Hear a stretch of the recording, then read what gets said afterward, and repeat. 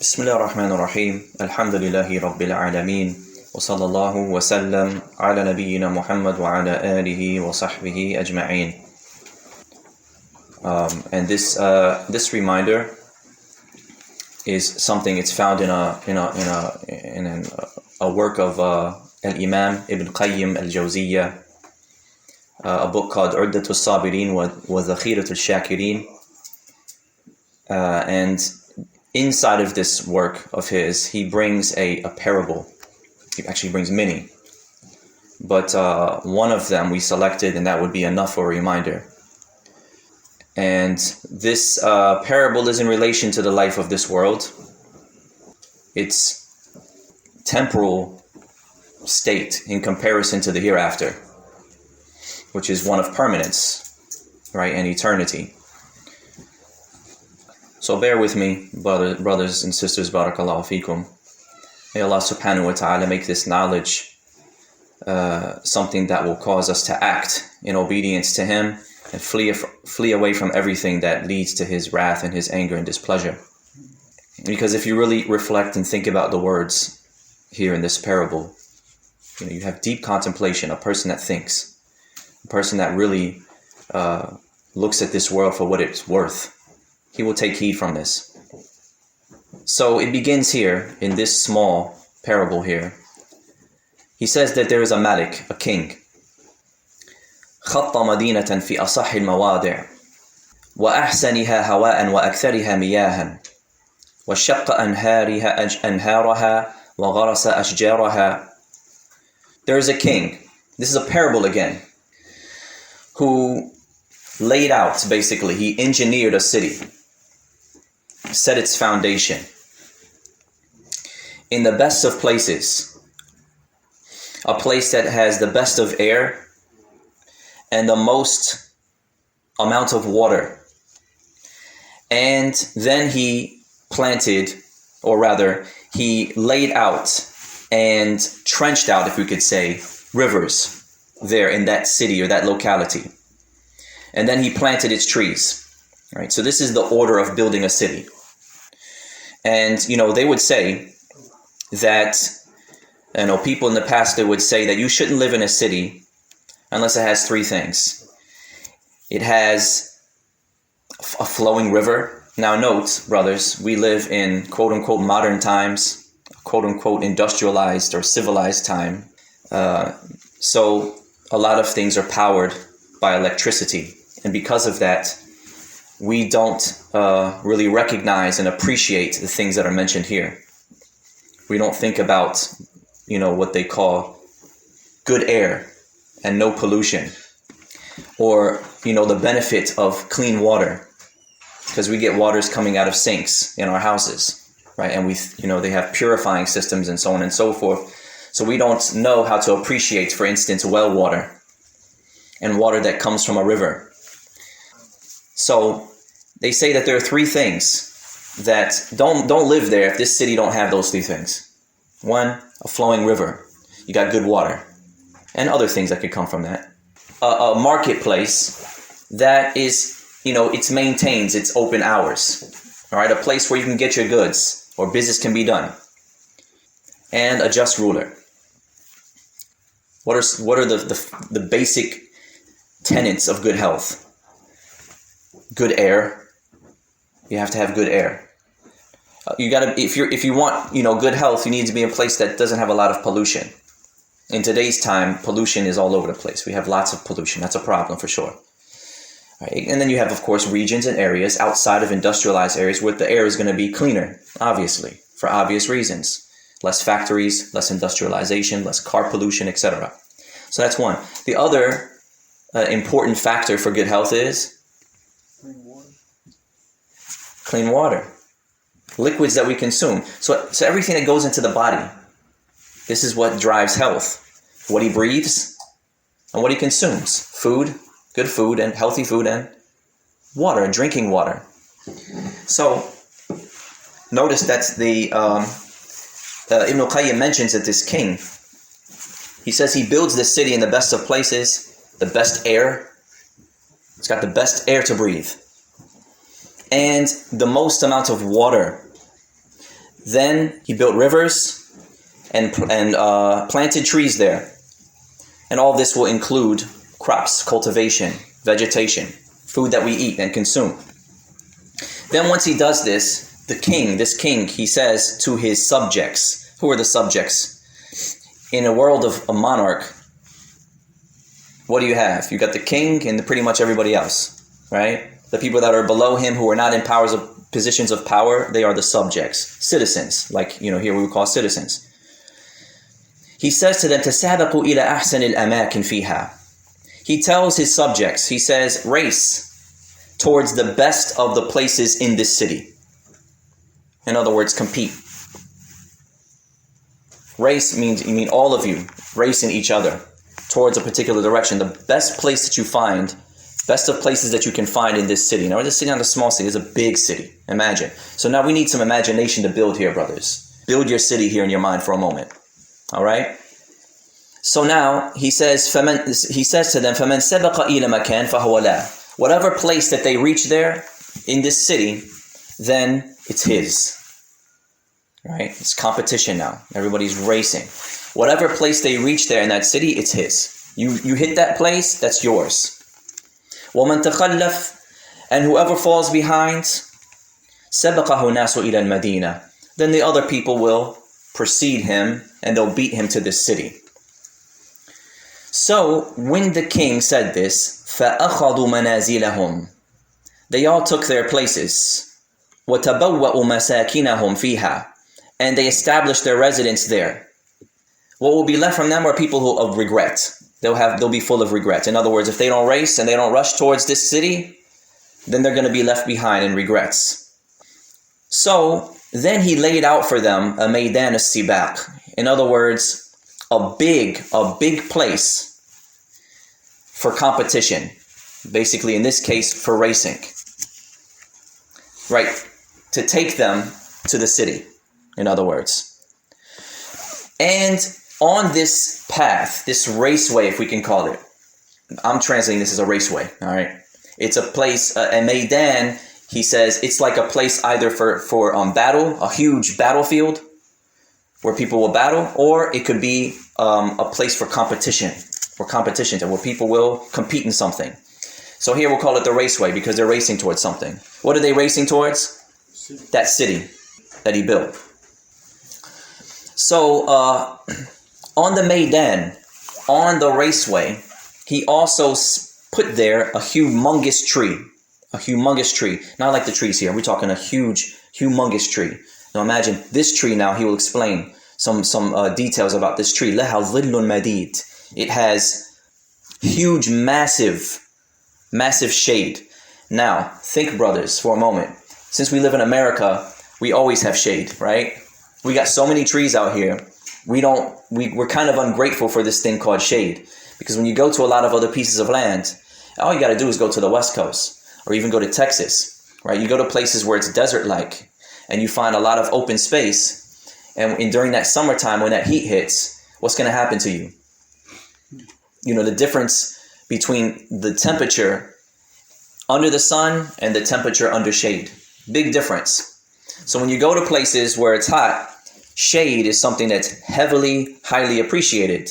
We're spoiled today because we have roofs over every building. Every building has a roof.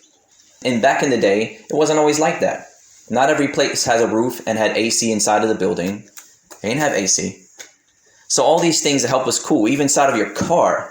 Okay, back in the day, what did they ride? Camels, horses? Do they have roofs? No, the best thing that they would have to offer themselves would be like an umbrella, something like that, some type of canopy to cover themselves. And that would be usually for people that had somebody that can hold it for them and things like this. You know what I mean? So then when you go out traveling, what happens?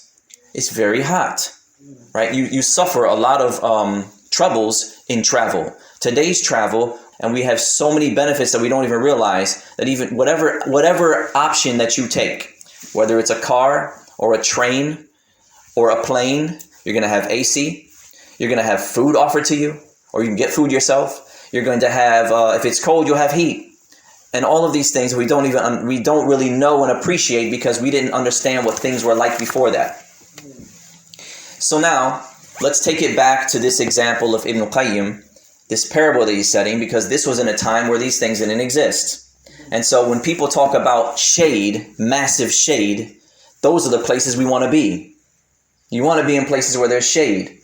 So he said this tree now, the king, on the Maidan, on the raceway, the king also placed a huge, massive, gigantic tree. Bundles of shade. Lots of flowing water. People have to have water. وفي الشجرة من كل أنواع الفواكه, and all kinds of fruit. So now, what are your favorite fruits? Put that under this tree right now. This is another thing, because when we try to compare the time of industrialization compared to how things used to be in the past, fresh natural farming and stuff like that. Just recently, some people came to my place and I offered them fruit, like the raspberries, the blackberries and stuff. Those that's not cheap at the grocery store today, man. Those are a little more expensive. You don't get a lot. Then if you make it organic, it's another level. A lot of people, they look at that and they don't even want it. What do they want? Candy. And, sweet stuff that rots the teeth. You can eat it. It's fine. But, it's just a thing of where we don't really appreciate the good, wholesome quality things because other things have taken its place. So now here, under this tree, it has good, wholesome fruit.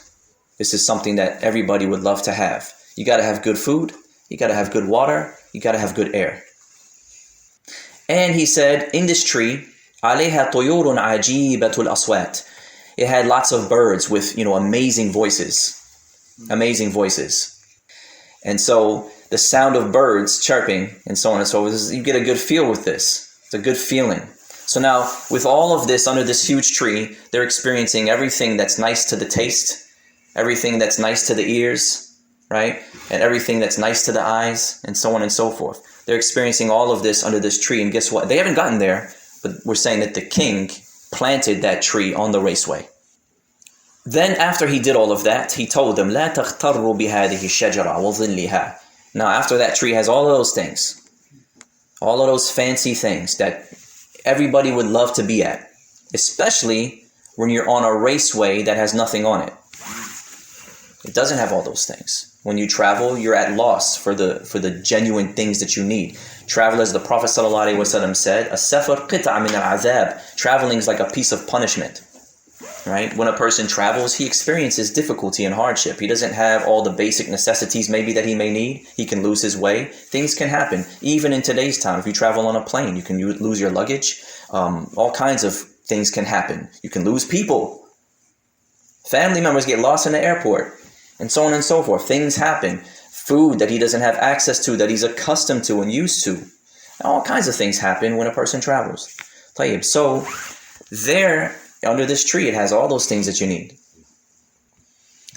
So he says, however, once the king puts that tree, he doesn't stop there, but he also then tells them something about the tree. He says, don't be deceived by this tree.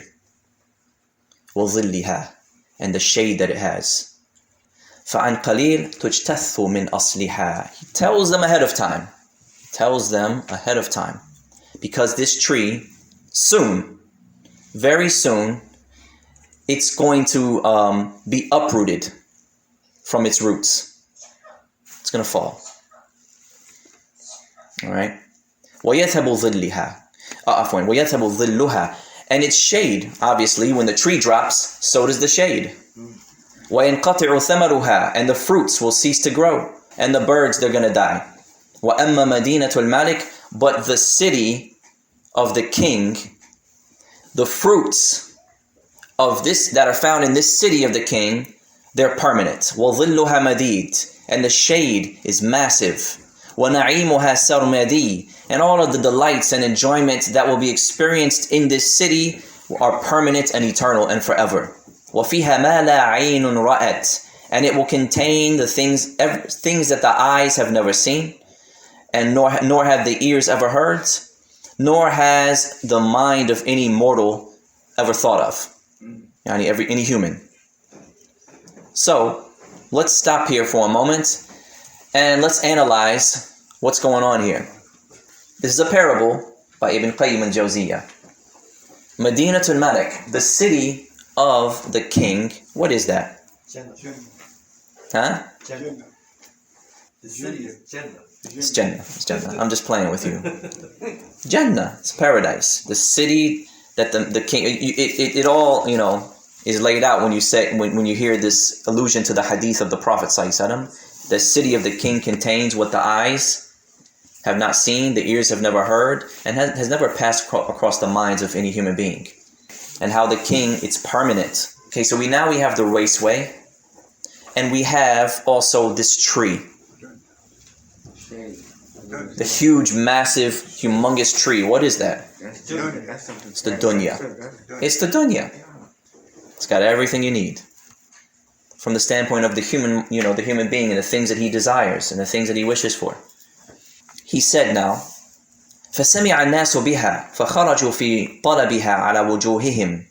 So when the people heard about it, when they heard about it, they raced out, seeking after it in haste, you know, moving quickly. فَمَرُّوا بِتِلْكَ الشَّجَرَةِ عَلَى أَثَرِ تَعَبٍ.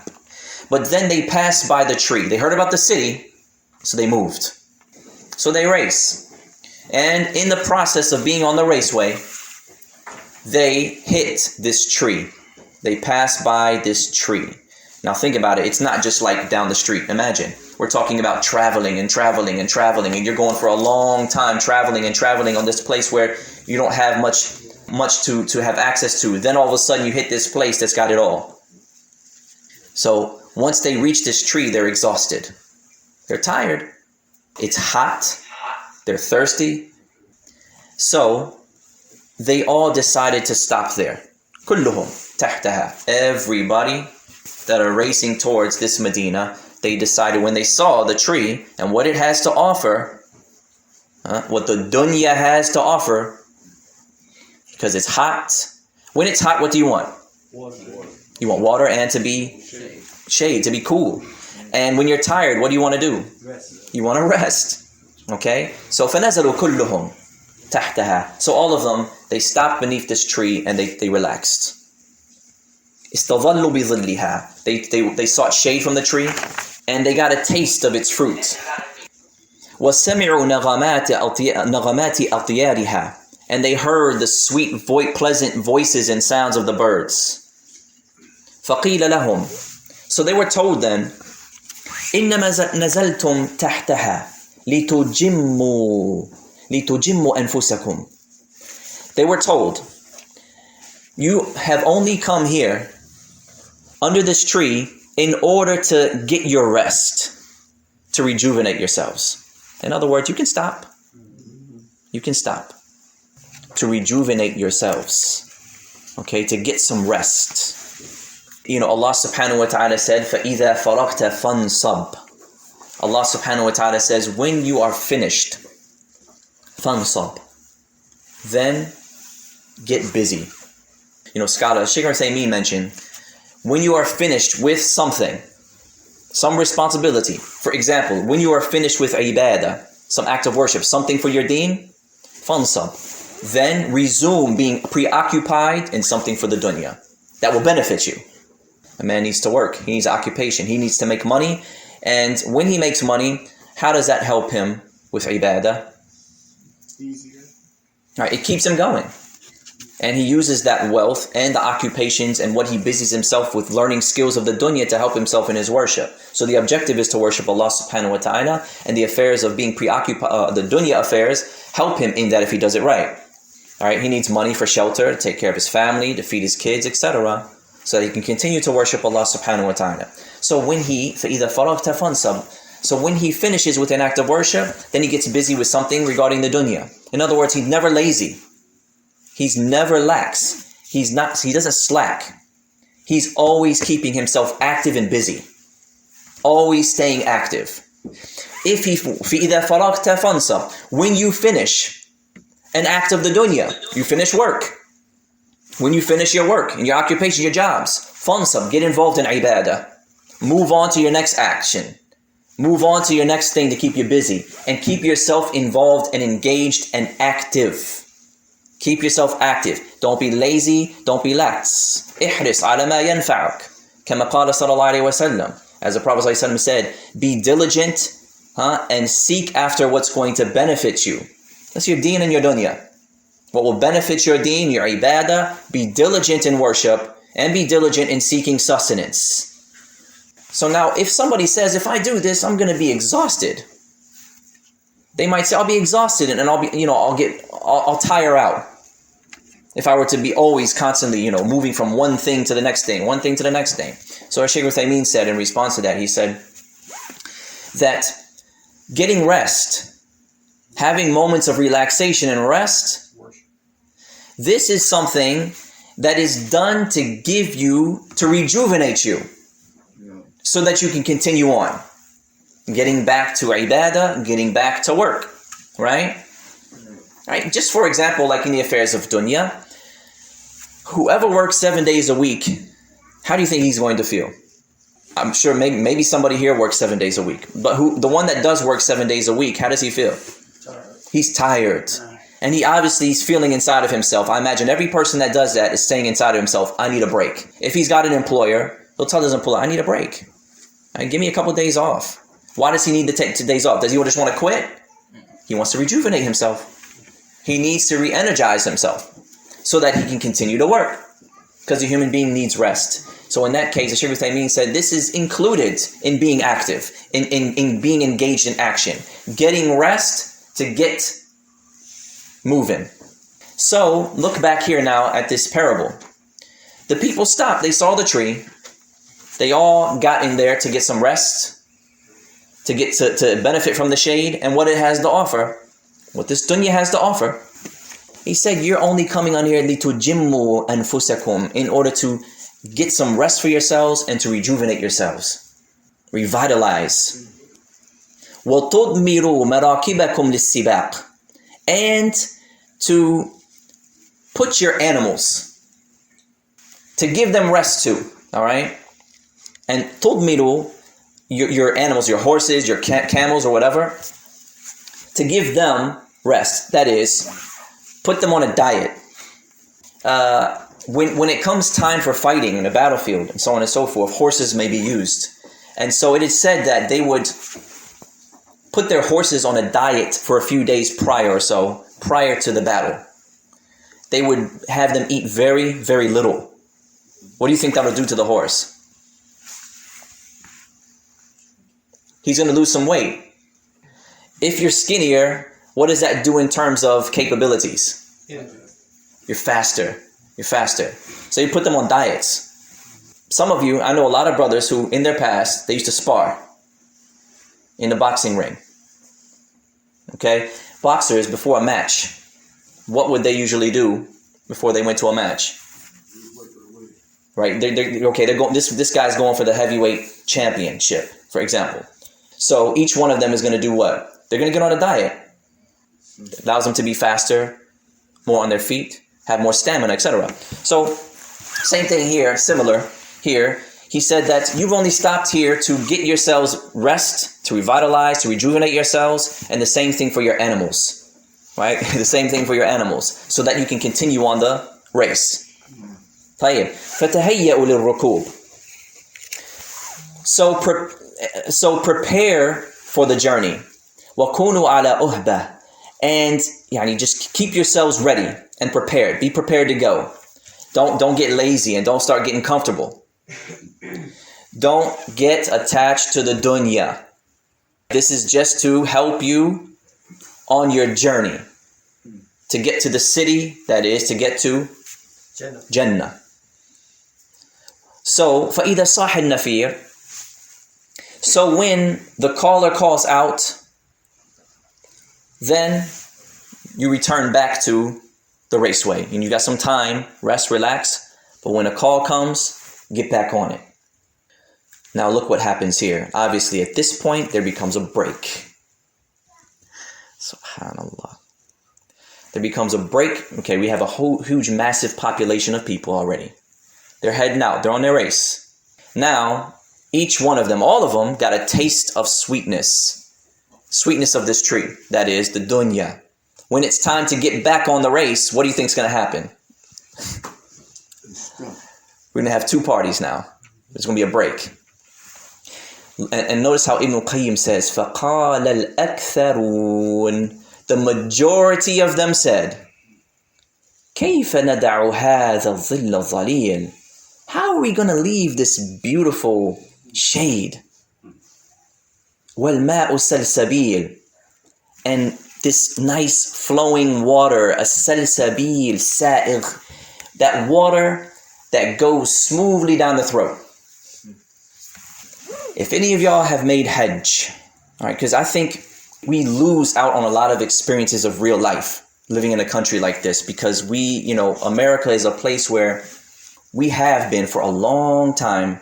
We've been offered abundance of the goods of the dunya. So much so we don't even know it. We don't realize it. It's normal to us, and we don't understand what it's like without it. But if you made Hajj, especially during a hot season, you've gone to Mecca during Umrah or whatever, and you've been out there and it's hot. And you go and, they have all of these barrels out there with Zamzam water in them. And you get very thirsty and you take a glass of that cold water and you put it to your mouth. That water flows down real smooth and it's delicious. We drink water as, it's kind of plain, here. And you offer somebody water, like, nah, man, give me something else. You got something else? You got some soda?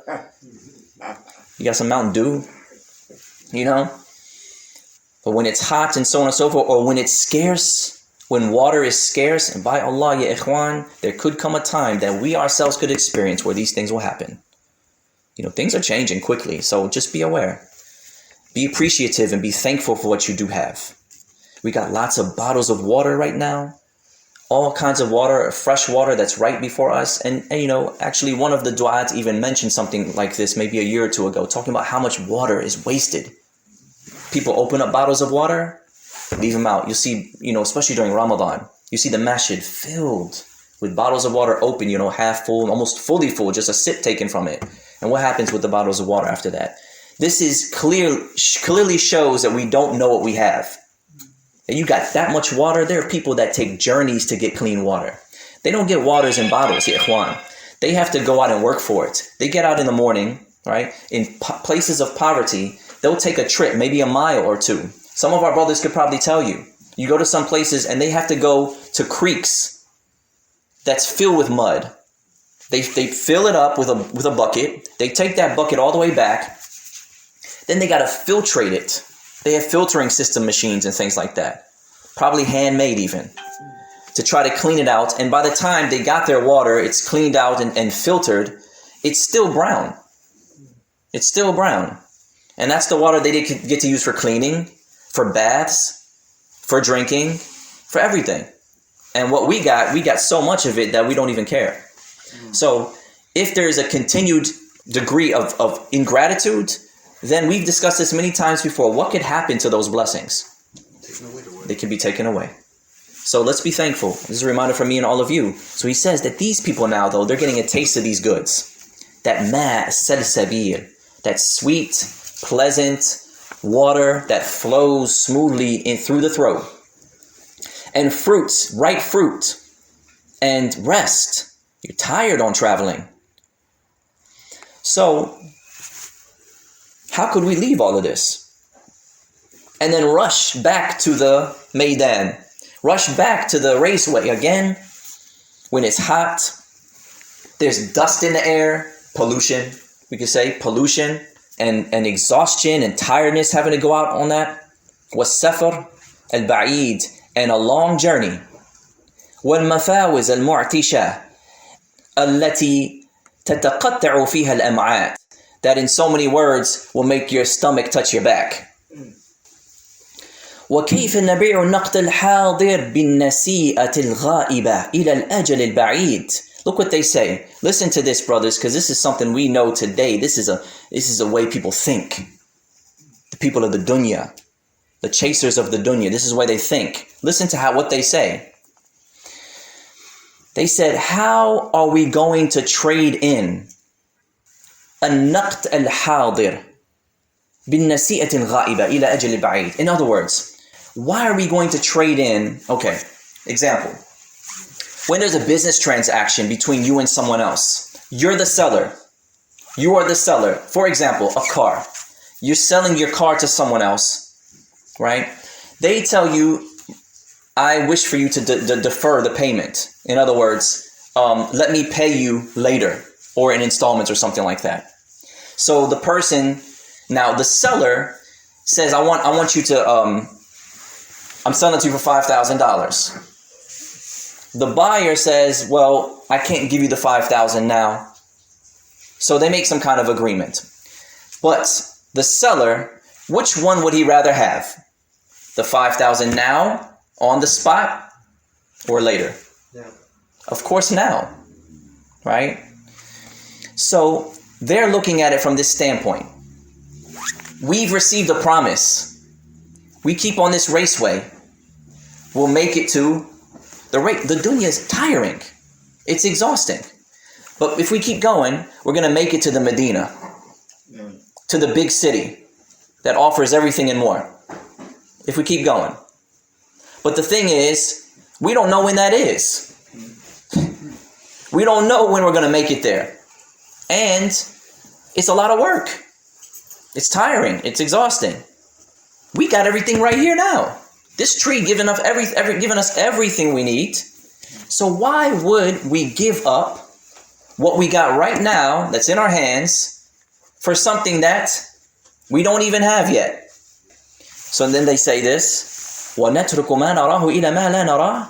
And we're going to leave off something that we see, that's right in front of us, for what we don't see? Who says this in the dunya?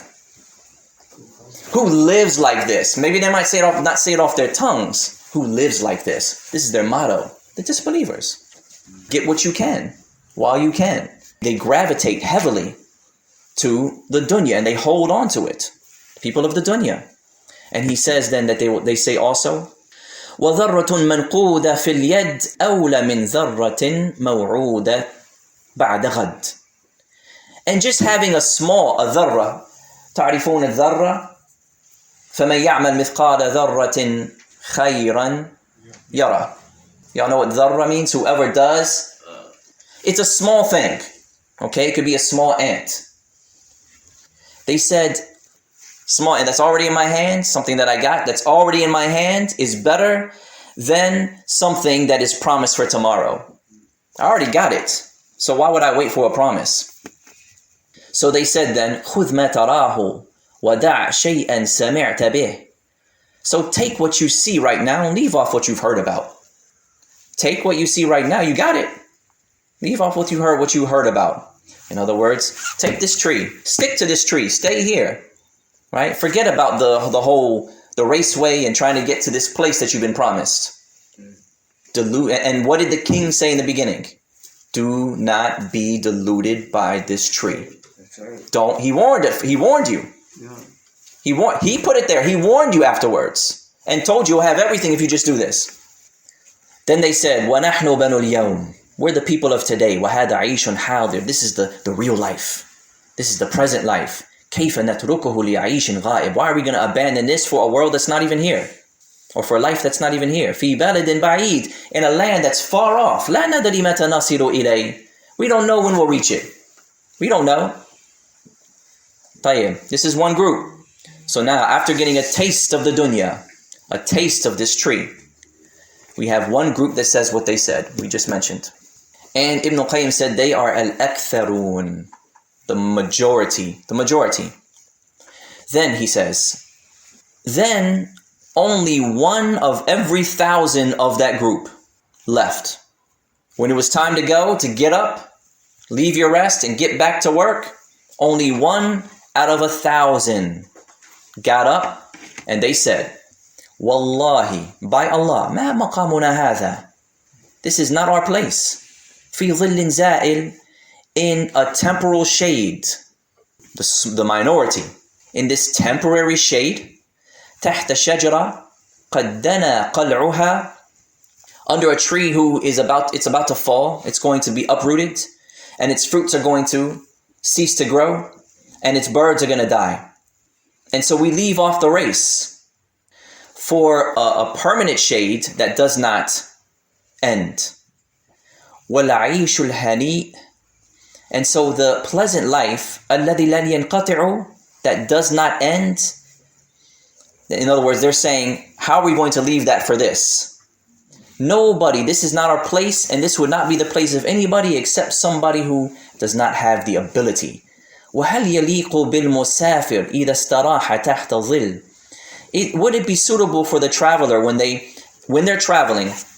That is, a traveler has a leaving point and they have a destination to reach. They already set their destination. So then, how would the traveler, once they stopped at a stopping place to get rest there, under the shade in their case, and then set up their tents and make that their residency and their living place, out of fear of harm and heat and cold, etc. This is for nobody except for a fool, an idiot, that would do that.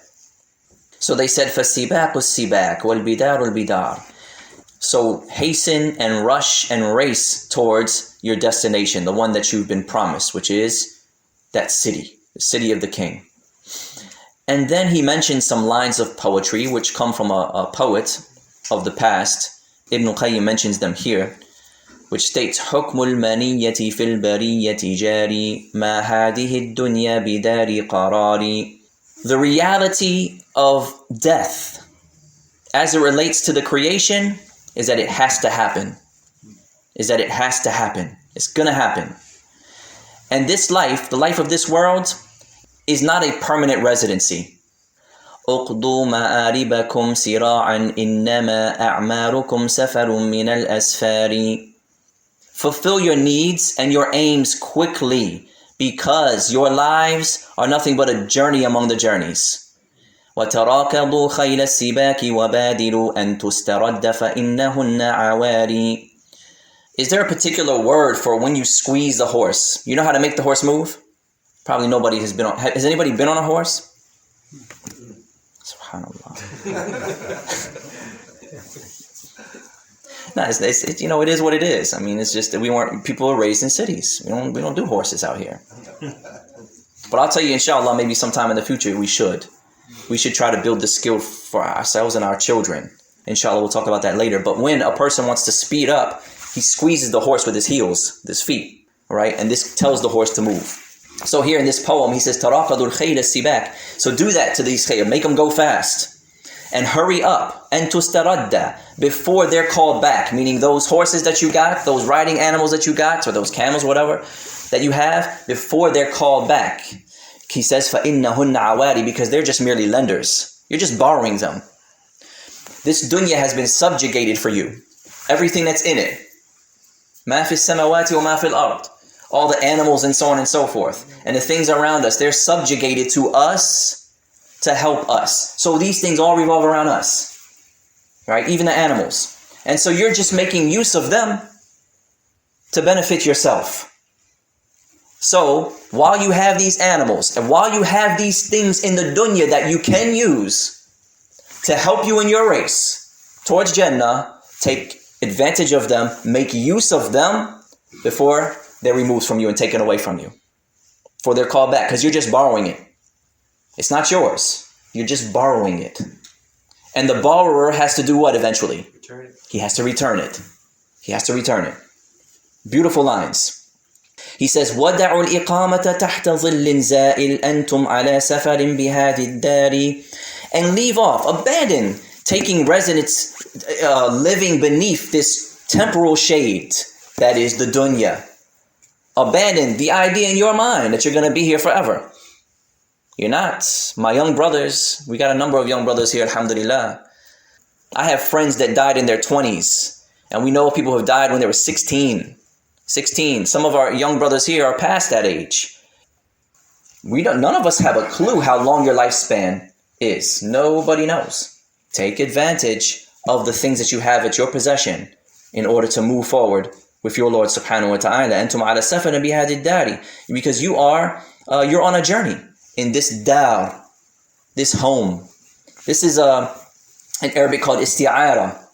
This world is made, it's made analogous. The word dar means home, like bait. It's used in place of dunya. It's used in place of the dunya. As though the dunya is like a home for you. But it's temporary. Then he says, مَنْ يَرْجُ طِيبَ الْعِيشِ فِيهَا فَإِنَّمَا يَبْنِي الرَّجَاءَ عَلَى شَفِيرٍ هَارِ. Whoever places their hope in the goods of this life. In other words, they're building up their hopes on a false premise. Their home, for instance, if a person is in an area that has high land, where would he build his house? You think about how much effort it takes to build a house first and foremost. And then if he wants to build a house, but there's a high land and you got low land, and he wants to build it up on a high place, where would he build it? Right at the edge? If he builds it right at the edge, what's the possibility of that thing lasting? When you put all your eggs in the basket of this dunya, right? And putting everything you got into this world, that's exactly what you're doing. It's like you're building your house right on the edge of a mountain or something. That house is going to collapse in no time. It's going to happen. You have false hopes. You have false hopes. They're going to collapse. وَلَعِيشُ كُلُّ الْعَيْشِ بَعْدَ فِرَاقِهَا فِي دَارِ أَهْلِ السَّبْقِ أَكْرَمِ دَارِ. Then he says, and the life, true life, is after departing it. The true life is after you leave this life. The true life is after you leave this life. To the dar, another home, the best of dar, of the people who race towards the good, which is the best of homes. That's the poem. So, after mentioning this, they rushed, meaning the second group, the smaller group. They rushed back to the raceway. And they, وَلَمْ يَسْتَوْحِشُوا مِنْ قِلَّةِ الرِّفَاقِ. And they did not have any fear regarding being alone. That's because now the numbers dropped heavily. Only 1 out of every 1,000. Only 1 out of every 1,000 got back on their raceway towards the city. The rest stayed back. The rest stayed at the tree. So they're the ones who are racing towards this paradise, and they have their eyes, as they say, on the prize. They keep their eyes on the prize. And while they do that, لَمْ يَسْتَوْحِشُوا مِنْ قِلَّةِ الرِّفَاقِ. They're not afraid of being alone and having a small number of companions. Just small numbers of companionship. Doesn't bother them. وَسَارُوا فِي ظُهُورِ الْعَزَائِمِ. Allahu Akbar. And so they rushed. They rushed upon the backs of al-azaim, of courageous hearts.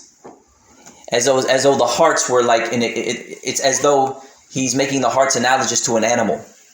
That they were traveling on the backs of courageous hearts, meaning they were moving with strong will. وَلَمْ تَأْخُذْهُمْ فِي سَيْرِهِمْ لَوْمَةُ لَائِمٍ. And in their travel, they weren't concerned about the blame of anyone who blamed them, who criticized them, who insulted them. وَالْمُتَخَلِّفُ فِي ظِلِّ الشَّجَرَ نَائِمٍ. And while all of this is happening, and they got back on their raceway, the people who fell behind, the ones who wanted to chill under the tree, they were sleeping at this time. They went to sleep. Long travel, they got all this experience, got to eat food. What do you do after you eat? You traveling and traveling, you're tired, you're hungry and thirsty, you stop at a place, eat and drink, and then what happens usually? فَوَاللَّهِ مَا كَانَ إِلَّا قَلِيلٌ. He said, by Allah, I swear by Allah, it wasn't more than just a little bit of time. حَتَّى ذَوَتْ أَغْصَانُ تِلْكَ الشَّجَرَةِ. Until the branches of the tree began to become dry. وَتَسَاقَطَتْ أَوْرَاقُهَا. And the leaves on the tree began to drop, one after the other. وَانْقَطَعَ ثَمَرُهَا. And the fruit stopped growing. وَيَبِسَتْ فُرُوعُهَا. And its branches and tree limbs, etc. Became dry. وَانْقَطَعَ مَشْرَبُهَا. And what they were getting their drink from ceased to flow, the water, and etc. فَقَلَعَهَا قَيِّمُهَا مِنْ أَصْلِحَا. And then the custodian, the one who planted that tree or whatever, cut that tree from its foundation, brought it down, uprooted it, and then he set it on fire. فَصَارَتْ هِيَ وَمَا حَوْلَهَا نَارًا تَلَظَّى. So the tree and everything around it set ablaze into a fire. وَحَاطَتِ النَّارِ. And the fire encircled everyone beneath it. And no one was able to escape from that fire.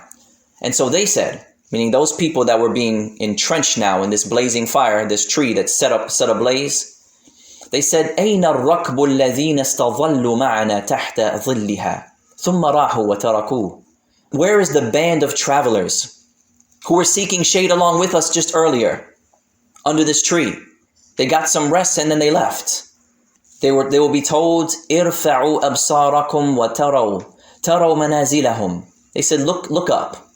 look up and you're going to see their places. فَرَأَوْهُمْ مِنَ الْبُعْدِ فِي قُصُورِ مَدِينَةِ الْمَلِكِ. So then they saw them, that other group, the lesser group, continued on the raceway. They saw them not much longer, not much later. They saw them far in the distance, in palaces inside of the city of the king, and inside of its lofty mansion-like rooms. يَتَمَتَّعُونَ بِأَنْوَاعِ اللَّذَّاتِ, enjoying the various different types of pleasures and enjoyments that they could get. Okay, so what's going on here? You see them in the Jannah. And where are these others? In the hellfire. And so they look up and they see the place of the people in Jannah. May Allah give us Jannah and protect us from the fire. Ameen. فَتَضَاعَفَتْ عَلَيْهِمُ الْحَسَرَاتِ. So now here, along with the torment of the fire encircling them, there's something else. That's because there is actually psychological torture in hell. There's psychological torture too, right? They get physical pain, psychological pain.